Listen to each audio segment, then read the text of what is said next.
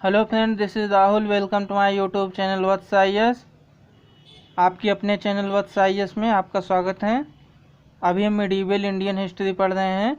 दिल्ली सल्तनत चल रहा है। दिल्ली सल्तनत में सारे वंश हमने कवर कर लिए हैं। अब आज हम स्टार्ट करेंगे दिल्ली सल्तनत के बारे में। दिल्ली सल्तनत का प्रशासन कैसा था, ठीक है। आगे चलते हैं, उसी के देखते हैं। स्टार्ट करेंगे आज प्रशासन के बारे में, ठीक है। प्रशासन का जो सबसे पहला अंग आता है वो है सुल्तान, ठीक है। सुल्तान। अब ये सुल्तान कौन था? सुल्तान कोई और नहीं बल्कि दिल्ली सल्तनत में गद्दी पर बैठने वाला राजा, किंग, वही सुल्तान था। फॉर एग्जाम्पल अगर हम बात करें तो दास वंश या गुलाम वंश में कुतुबुद्दीन ऐबक, इल्तुतमिश और बलबन, इनको देख सकते हैं। खिलजी में अलाउद्दीन खिलजी, जलालुद्दीन खिलजी को देख सकते हैं। लोधी वंश में सिकंदर लोधी, इब्राहिम लोधी, बहलोल लोधी, ये सब क्या थे? ये सुल्तान थे, ठीक है। तो ये जो सुल्तान थे यही सबसे प्रमुख अधिकारी थे। सबसे बड़ा अधिकारी, सबसे उच्चतम अधिकारी दिल्ली सल्तनत का सुल्तान ही था, ठीक है। तो अब देखते हैं सुल्तान के बारे में कुछ छोटी छोटी बातें, जो मुख्य बातें हैं उसको देख लेते हैं। इसके बाद पहला पॉइंट ये है कि सबसे उच्च एवं महत्वपूर्ण पद था, ठीक है। जो सबसे उच्च और सबसे इम्पोर्टेंट डिजिग्नेशन थी वो सुल्तान की थी, ठीक है। आगे चलते हैं। राजनैतिक, सैन्य और न्याय व्यवस्था का प्रमुख सुल्तान था। अब राजनैतिक का मतलब मैंने बता ही दिया कि राजनीति में सबसे बड़ा पद जो था दिल्ली सल्तनत में सुल्तान था, जो मैंने अभी तक बताया वो उसका मतलब यही है कि राजनीतिक व्यवस्था का सबसे बड़ा अधिकारी सुल्तान था। दूसरे नंबर पे आते हैं सैन्य व्यवस्था। सैन्य व्यवस्था मतलब कि सेना का सही संचालन, उसका रख रखाव और सेना की आर्थिक मदद करना, वेतन देना, सेना को कहाँ पे लगाना है, किसके विरुद्ध करना है, मतलब कि किस पे आक्रमण करना है, ये सारी चीज़ें देखने वाला और कोई नहीं बल्कि सबसे महत्वपूर्ण रूप से सुल्तान ही देखता था। मतलब उसी के अंडर में सब कुछ होता था, सैन्य रख रखाव। तीसरे नंबर पे आता है न्याय व्यवस्था, ठीक है। न्याय व्यवस्था का जो सबसे बड़ा अधिकारी, सबसे उच्च अधिकारी जो था वो सुल्तान था, ठीक है। हालांकि जो प्रधान होता था न्याय व्यवस्था का, प्रधान अधिकारी, वो दूसरा कुछ होता था, अभी हम आगे देखेंगे उसको। वो सुल्तान नहीं था, लेकिन सबसे बड़ा अधिकारी वास्तविक रूप से सुल्तान ही था, ठीक है। सुल्तान न्याय व्यवस्था में किसी भी अन्य न्यायाधिकारी के द्वारा दिए गए फैसले को बदल सकता था। ये ताकत थी सुल्तान के अंदर, ठीक है। आगे देखेंगे इसको, ठीक है। लेकिन अभी इतना जान लीजिए, सबसे बड़ा अधिकारी न्याय व्यवस्था का सुल्तान है, ठीक है। राज्य की सुरक्षा और विकास की जो जिम्मेदारी थी वो सुल्तान के पास ही थी, कि राज्य की सुरक्षा सुनिश्चित की जाए, किसी भी नागरिक को किसी प्रकार का कष्ट ना होने पाए, ठीक है। और जिस राज्य के हम स्वामी हैं, जहाँ के हम सुल्तान हैं, उस राज्य में विकास कैसे हो, ठीक है। ये सारी चीज़ें सुल्तान के हाथों में होती थी, ठीक है। सबसे बड़ी जिम्मेदारी सुल्तान के पास थी। क्लियर है? अगला पॉइंट है खलीफा से मान्यता लेना। अब यहाँ पे जो खलीफा होता था, ये बागदाद का खलीफा होता था, ठीक है। बागदाद कहाँ पे है? यह है इराक में, ठीक है। तो बगदाद का जो खलीफा होता था उससे मान्यता लेके दिल्ली सल्तनत के सुल्तान राज्य चलाते थे। लेकिन हालांकि इसका मतलब ये नहीं कि खलीफा के पास पावर हो जाती थी या खलीफा यहाँ के राज्य का संचालन करता था, ऐसा कुछ नहीं। सिर्फ एक उपाधि थी खलीफा के द्वारा, सुल्तान की उपाधि। मतलब कि वहाँ पे ये दिखाना होता था कि यहाँ का जो सुल्तान है वो इस्लामिक जो दुनिया है, मतलब कि इस्लामिक राज्य का एक पदाधिकारी है, सिर्फ इतना दिखाना होता था यहाँ का सुल्तान। ठीक है, खलीफा सिर्फ एक खलीफा से मान्यता लेने का मतलब है कि एक मतलब कि सम्मानित पद प्राप्त करना। ठीक है, ये हुई सुल्तान के बारे में बातें। अब आगे चलते हैं, अब देखते हैं केंद्रीय प्रशासन कैसा था, सेंट्रल एडमिनिस्ट्रेशन दिल्ली सल्तनत के अंतर्गत। तो इसमें सुल्तान की सहायता के लिए कुछ मंत्री परिषद, यानी कि कुछ मंत्रियों का ग्रुप होता था, मंत्री या अधिकारी भी कह सकते हैं। ठीक है, तो वो जो होते थे वो सुल्तान की सहायता करते थे अपने अपने विभाग में। तो उन्हीं के बारे में पढ़ेंगे। तो नंबर 1 पे आता है वजीर। वजीर क्या होता था, ये राजस्व विभाग का प्रमुख होता था। हालांकि अगर वजीर के बारे में अगर बात करें स्टार्टिंग में, तो ये जो वजीर है, वजीर नाम का अधिकारी, ये सैन्य व्यवस्था के अंतर्गत देखने वाला अधिकारी होता था। लेकिन बाद में इसको आय और व्यय का अधिकारी बना दिया गया, जो राजस्व व्यवस्था को देखता था। ठीक है, राजस्व विभाग का एक नाम होता था दीवाने वजारत। ठीक है, दीवाने वजारत। आगे चलते हैं, अगला जो अधिकारी वो है आरिजे मुमालिक। ठीक है, आरिजे मुमालिक क्या है, ये सैन्य विभाग का प्रमुख होता था। ठीक है, ये सैन्य विभाग का प्रमुख होता था। अगर हम हिंदी में बात करें एक शब्द में, तो सेनापति कह सकते हैं इसको। ठीक है, ये सेनापति होता था, कमांडर ऑफ आर्मी। ठीक है, ये आरजे मुमालिक। लेकिन सैन्य व्यवस्था का सबसे बड़ा अधिकारी अगर बोला जाए तो वास्तविक रूप में सुल्तान ही था। ठीक है, क्योंकि सुल्तान जो है, सुल्तान ही सैन्य व्यवस्था का अंतिम फैसला लेता था। बाकी जो सुल्तान के आदेश को जो ग्राउंड पे, यानी कि ज़मीनी स्तर पे उसको प्रयोग में लाना है, वो काम आरजे मुमालिक का होता था।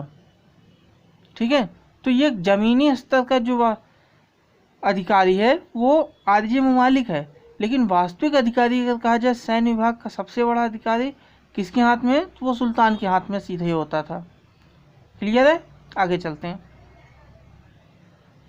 बरीदे खास, अगला है बरीदे खास। ठीक है, ये बरीदे खास क्या है, ये है शाही पत्र व्यवहार का प्रमुख होता था। ठीक है, जो शाही रूप से, यानी कि जो अमीर वर्ग या शासक वर्ग के लोग होते थे, जो शाही तरीके के लोग, ठीक है, तो उनका जो पत्र व्यवहार होता था उसकी देख रेख करने वाला अधिकारी ये वरीदे खास होता था। ठीक है, आगे चलते हैं। सद्र उस सुदूर, ये धर्म और दान विभाग का प्रमुख होता था। ठीक है, धर्म और दान विभाग का प्रमुख। अगला है काजी उल कजात। ठीक है, ये न्याय विभाग का प्रधान अधिकारी होता है। अभी कुछ देर पहले मैं बात कर रहा था, आ गया ये टॉपिक। काजी उल कजात जो है ये न्याय विभाग का प्रधान अधिकारी होता था।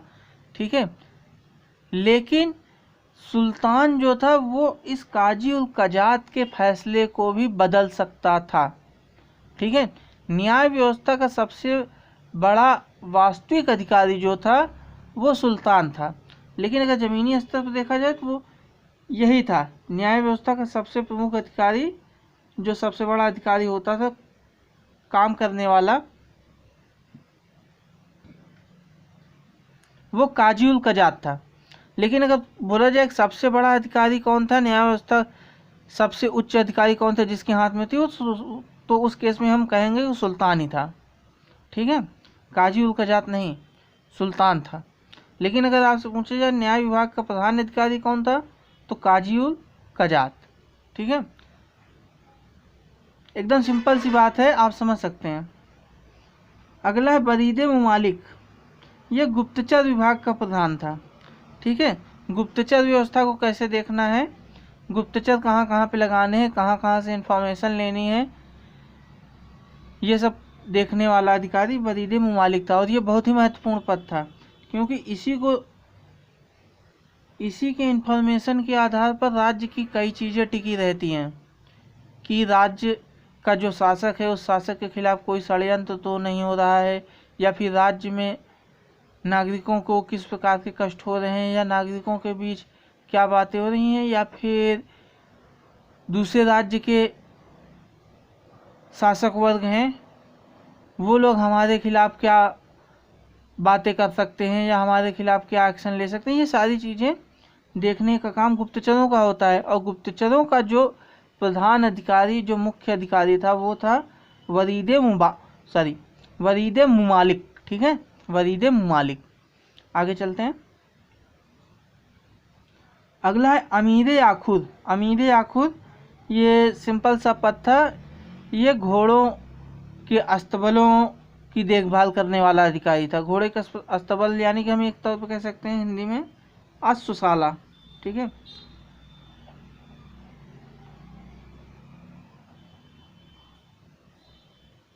अश्वशाला कह सकते हैं, यानी कि जहाँ पे घोड़े रखे जाएं। ठीक है, तो घोड़ों का रख रखाव करने का जो जिम्मा होता था, उस जिम्मे का सबसे बड़ा अधिकारी अमीर याखुद होता था। ठीक है, अगला है मुशर्रिफ़े मुमालिक। मुशर्रिफ़े मुमालिक। ठीक है, मुशर्रिफ़े मुमालिक क्या था? ये महालेखाकार था। ठीक है, अगला है अमीर मुमालिक। तो ये भी महालेखाकार था। महालेखाकार के दो अधिकारी थे, मुशर्रिफ़े मुमालिक और अमीर मुमालिक। और आगे एक आएगा महालेखाकार का जो परीक्षक होता था। आगे महालेखाकार का जो परीक्षक होता था उसको बोला जाता था मुस्तैफी मुमालिक। ठीक है, मुस्तैफी मुमालिक। अगला है अमीर हाजिब। ये काफ़ी महत्वपूर्ण पद है। ये सुल्तान से मिलने वालों की जांच पड़ताल करने वाले अधिकारी। ये महत्वपूर्ण क्यों है? आज भी देखा होगा आपने कि जो वीआईपीज होते हैं, मतलब चाहे जैसे अगर एग्जाम्पल तौर पर बात करें, जैसे हमारे प्रधानमंत्री जी हैं या मुख्यमंत्री जी हैं या कोई अन्य वीआईपी स्टाफ, वीआईपी पर्सन। ठीक है, तो इनसे अगर कोई अपॉइंटमेंट लेता है मिलने के लिए, तो ऐसे ही डायरेक्ट तो मिलने नहीं देंगे ना उनसे। उन्हें पहले चेक किया जाएगा कि इनके पास कुछ हथियार वगैरह नहीं है, या फिर ये किसी प्रकार का नुकसान तो नहीं कर सकते उस वीआईपी पर्सन को। ये सब चीज़ चेक करने के लिए ऑफिस के बाहर कुछ अधिकारी होते हैं। ठीक है, तो उसी प्रकार की ये अधिकारी होते थे। जो सुल्तान से कुछ लोग मिलने आ रहे हैं तो उनको डायरेक्ट सुल्तान के पास नहीं भेजा जाए, पहले उनकी अच्छे से जांच पड़ताल कर ली जाए, फिर उसके बाद उनको सुल्तान से मिलने के लिए भेजा जाए। ठीक है, तो ऐसे अधिकारी को बोला जाता था अमीर हाजिब। ठीक है, क्या बोला जाता था? अमीर हाजिब। क्लियर है? आगे चलते हैं। सरे जानदर। सरे जानदर सिंपल है सुल्तान के अंगरक्षक यानी कि बॉडीगार्ड। ये बॉडीगार्ड होते थे सुल्तान के।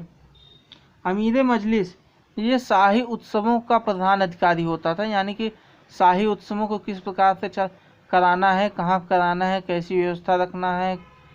ठीक है, वो उस प्रकार की सारी व्यवस्थाओं का अधिकारी अमीर मजलिस होता था। ठीक है, अगला है खजीन। सिंपल सा है, कोषाध्यक्ष यानी कि जो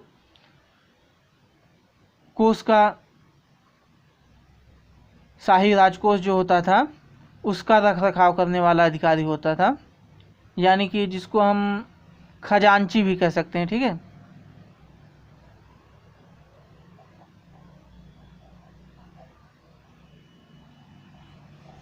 ठीक है, खजांची। तो खजांची यानी कि कोषाध्यक्ष, इसको बोला जाता था खजीन।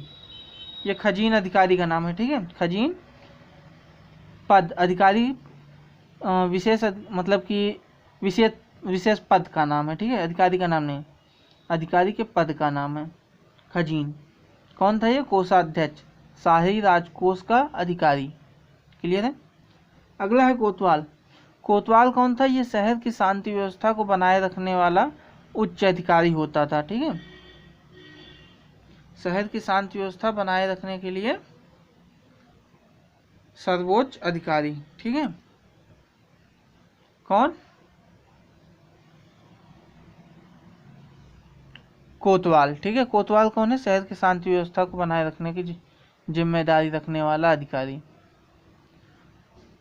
ये आपका रहा सुल्तान का जो सुल्तान और सुल्तान का केंद्रीय प्रशासन के अंतर्गत आने वाले जो प्रमुख अधिकारी हैं उनके बारे में पढ़ लिया। अगले वीडियो में हम इसी के आगे कंटिन्यू रखेंगे। ठीक है, तो आज के लिए इतना ही। वीडियो देखने के लिए आपका धन्यवाद।